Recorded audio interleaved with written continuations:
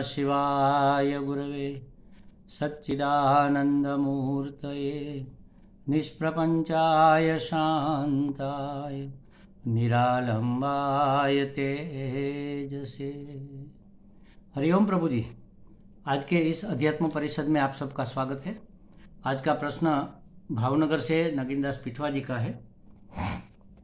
उन्होंने पूछा है कि सभी वासनाओं में काम वासना सबसे प्रबल है और काम तो ज्ञान का शत्रु है, तो इससे मुक्ति कैसे मिले। सभी वासनाओं में काम वासना सबसे प्रबल है और काम तो ज्ञान का शत्रु है, तो इससे मुक्ति कैसे मिले। अब दो शब्द यहाँ पर समझ लो। एक तो काम और दूसरा वासना। हमारी हरेक दुष्प्रवृत्ति या समझो कि हमारे हरेक शत्रु, जो षड शत्रु है, काम क्रोध लोभ मोह मद मात्सर्य और ये राग द्वेष दम्भ इत्यादि जो हमारे शत्रु है, मतलब आसुरी संपत्ति जो है, आसुरी ही कहेंगे उसको, उसका मूल कारण कहाँ से ये सब पैदा होती है? काम से। काम माने कामना, कामना माने प्रबल इच्छा जिसको पूरी किए बगैर हम रह न सके, उसको कामना कहेंगे। कामना क्यों है? कोई भी वस्तु की कामना क्यों है? आप जरा सोचो, अपने आप का जरा संशोधन करो अपनी इच्छाओं का। तो हरेक कामना सुख के लिए है। हमें सुख चाहिए, इसकी इच्छा का नाम ही कामना है। तो इसमें क्या गलत है भाई? सुख चाहिए तो इसमें गलती तो कुछ है नहीं। लेकिन जो सुख हमें चाहिए वह कैसा चाहिए? अखंड एक रस आनंद स्वरूप सुख चाहिए। लेकिन जो हमें मिल रहा है वह अखंड नहीं है, एक रस नहीं है, आनंद स्वरूप नहीं है। सुख दुख संयुक्त होकर आता है। तो दुख संयुक्त सुख हमें नहीं चाहिए।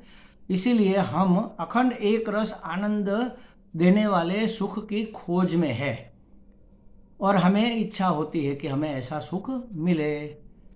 अब कहाँ से मिलेंगे, इसके लिए हम ढूंढते फिरते हैं, उसको ग्रहण करने का प्रयत्न करते हैं। 5 इंद्रियों के 5 विषयों में से हमें सुख मिलेगा, ऐसा हमने माना है। सुंदर दृश्य देखेंगे तो हमें आनंद आता है, बिल्कुल आता है, नहीं आता है ऐसी बात नहीं है। लेकिन जब हम सुंदर दृश्य को देखते हैं, सुंदर वस्तु को, सुंदर फूल को देखते हैं, तो हमें आनंद क्यों आता है? क्योंकि हमारे मन का विक्षेप क्षणिक शांत हो जाता है। सुख चाहिए चाहिए चाहिए चाहिए चाहिए कि चाहना थोड़ी देर के लिए रुक जाती है। अहोभाव से हम भर जाते हैं। तब हमारा अंतःकरण विक्षेप्त मुक्त होकर शांत हो जाता है और शांत मन में हमें अपने आप का दर्शन होता है। अपना आपा कैसा है? आनंद स्वरूप है। तो दृश्य से सुख मिलता है, शब्द मधुर शब्द सुनने से सुख मिलता है, कोमल स्पर्श करने से सुख मिलता है, मधुर भोजन रस से सुख मिलता है, सुगंध से सुवास से सुख मिलता है। क्योंकि उस समय क्षण मात्र के लिए ही हम विक्षेप्त रहित हो जाते हैं और हमें अपने आप का दर्शन होता है जो कि आनंद स्वरूप है। तो इसलिए हमें सुख मिलता है। तो हरेक कामना के पीछे सुख की आकांक्षा है। अब सबसे ज्यादा तल्लीनता हमारी कहाँ होती है? देखो, जब हम सुंदर फूल को देखते हैं तो फूल के सौंदर्य को देखकर हम तल्लीन हो जाते हैं। लेकिन सामने जो दृश्य है वह जड़ है और देखने वाला मैं चेतन हूं। तो जड़ चेतन का सम्मिलन होगा तो एक पक्ष से ज्यादा प्रवृत्ति होगी, मतलब हमारी ओर से ही उसमें आसक्ति होगी। लेकिन जब स्त्री पुरुष का आकर्षण होता है, स्त्री पुरुष का सुख जब लेने का प्रयत्न करते हैं, तब दोनों तरफ से चैतन्य प्रवृत्त होता है। स्त्री भी चेतन, पुरुष भी चेतन। और दोनों के मिलन का जो सुख है वह तद्रूपता में सभी इंद्रियों के सुख से ज्यादा प्रगाढ़ होता है। और दूसरा, उसके बाद दूसरा नंबर आता है रसना का सुख, स्वाद का सुख। तो स्वाद का सुख लेने में भी हमारी तद्रूपता बहुत गाढ़ी रहती है, लेकिन काम सुख से कम। तो महाराज, जिह्वा दो काम करती है, कर्मेंद्रियां का काम भी करती है, वाणी उच्चारण करती है, और रसना का भी काम करती है, स्वाद चखती है। उसी तरह हमारा उपस्थ भी दो काम करता है, मूत्रेंद्रिया भी है, मूत्र का विसर्जन भी करती है, और कामेंद्रिय भी है, प्रजोत्पत्ति भी करती है। ये दोनों इंद्रियां एक दूसरे से जुड़ी हुई है। जिसका अपनी जिह्वा पर नियंत्रण नहीं है उसको काम पर नियंत्रण नहीं रहेगा। तो जिसको अपनी काम वृत्ति पर नियंत्रण करना है उसे अपनी रसना को जीतना होगा। ये हुई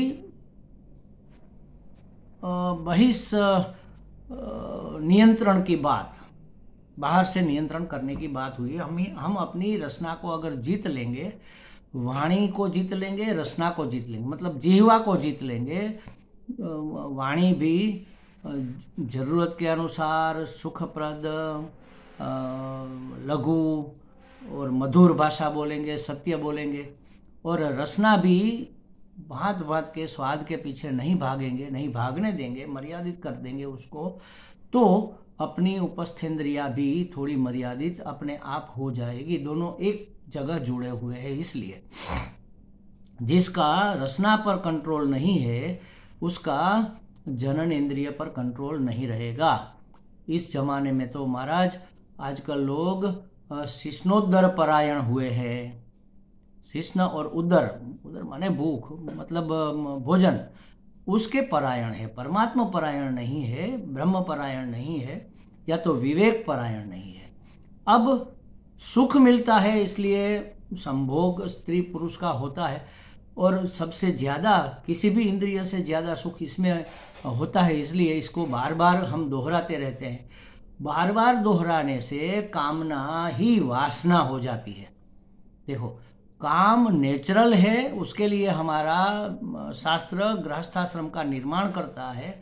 सिर्फ प्रजोत्पत्ति के लिए, अपने आवेग को शांत करने के लिए इसका उपयोग आप कर सकते हो, मर्यादा है, और अपनी गृहिणी के साथ ही कर सकते हो। ये मर्यादा धर्म में हमारे शास्त्रों ने बांध रखी है, तो ये निवर्तन हो जाएगा। लेकिन बार बार दोहराने से वह वासना हो जाएगा, और वासना को कंट्रोल करना बड़ा मुश्किल है, क्योंकि वह आवेगात्मक होती है, विवेकात्मक नहीं होती। वहां विवेक खो जाता है। तो अपनी हर एक प्रवृत्ति को विवेकात्मक करने का जब हम प्रयत्न करेंगे, तब जाके अंत में वासना भी विवेकात्मक हो जाएगी, मतलब वह काम नेचुरल हो जाएगा। तो विवेक जगाना चाहिए। हमने सुना है, हम सब ने सुना है कि भगवान शिव ऐसे बैठकर आंख बंद करके ध्यानमग्न समाधिस्थ तपस्या कर रहे थे, और कामदेव आए, मतलब काम व्याप्त हुआ। अपने वश में करने के लिए शिव जी को उसने भांत भांत की योजनाएं बनाई। उसका साथी सहयोगी गीत संगीत और वसंत सुगंध ये सब है। मतलब बाकी की पांचों इंद्रियां, बाकी की चारों इंद्रियां उसको सहायक करती है। तो वसंत खिल गया, चिड़िया चहकने लगी, मोर गहकने लगे, सुगंध फैलने लगी, मधुर संगीत सुनाई देने लगा, मलयानिल स्पर्श करने लगा, पवन, ठंडी ठंडी लहरें। तो महाराज क्षण भर के लिए शिव जी की समाधि विक्षिप्त हुई, लेकिन उसने आंखें खोलकर देखा तो ये तो दुष्ट काम का प्रपंच है, दुष्ट काम का मिथ्याचार है, या तो समझो कि उसकी तूफान है, उसकी मिस्चिफ है। तो शिव जी ने तीसरा नेत्र खोला और काम को जलाकर भस्म कर दिया। अब तीसरा नेत्र क्या है महाराज? ये ज्ञान नेत्र है। तीसरा नेत्र ज्ञान नेत्र है, मतलब कि ज्ञान से काम को भस्म कर दिया। तो हमें भी कामना की वासना को मिटाना है, तो पहले वासना को मिटाने के लिए और कामना को मिटाने के लिए हमें क्या करना होगा? ज्ञान नेत्र खोलना होगा, सोचना होगा, विवेक करना होगा कि भाई कामना पैदा होती क्यों है। क्योंकि हमें सुख चाहिए, हम अधूरे हैं, हम अपूर्ण है, हम पराधीन है, हम मर्त्य है, हम सुखी दुखी है।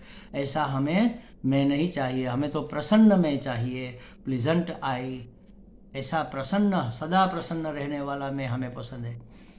तो मैं अपूर्ण हूँ, इसलिए मेरी प्रसन्नता, मेरा संतोष, मेरा सुख आवृत हो गया है। तो मैं अपूर्ण हूँ वास्तव में क्या? अपने आप के बारे में हमने जो अज्ञान पाल रखा है, उसी के कारण यह सब ब्लंडर होते चले जा रहे हैं। तो अपने आप का ज्ञान प्राप्त करना, मैं सत्य चित्त आनंद स्वरूप हूँ, पूर्ण हूँ, मुझ में कोई कमी नहीं है, यह ज्ञान जब प्राप्त हो जाएगा तो फिर कामना नहीं उठेगी। मैं पूर्ण ही हूँ, तो अब उसमें और क्या भरा जा सकता है? एक घड़ा है, पूरा छलो छल आपने जल से भर दिया, अब एक बूंद उसमें डालोगे, एक बूंद छलक जाएगी, तो अब भरने की जरूरत ही नहीं रहेगी, भरने की इच्छा ही नहीं रहेगी। कामना कब जगेगी? जब हमारे अंदर कुछ अधूरापन दिखेगा, कुछ अपूर्णता दिखेगी, कुछ पराधीनता दिखेगी, कुछ असलामती दिखेगी, कुछ दुख सुख दिखेगा, तब कोई कामना होगी। तो ज्ञान नेत्र खोलने से ये काम देव भस्म हो जाते हैं। और जब कामना ही नहीं रही तो फिर वासना कैसी? वासना अपने आप निर्मूल हो जाएगी।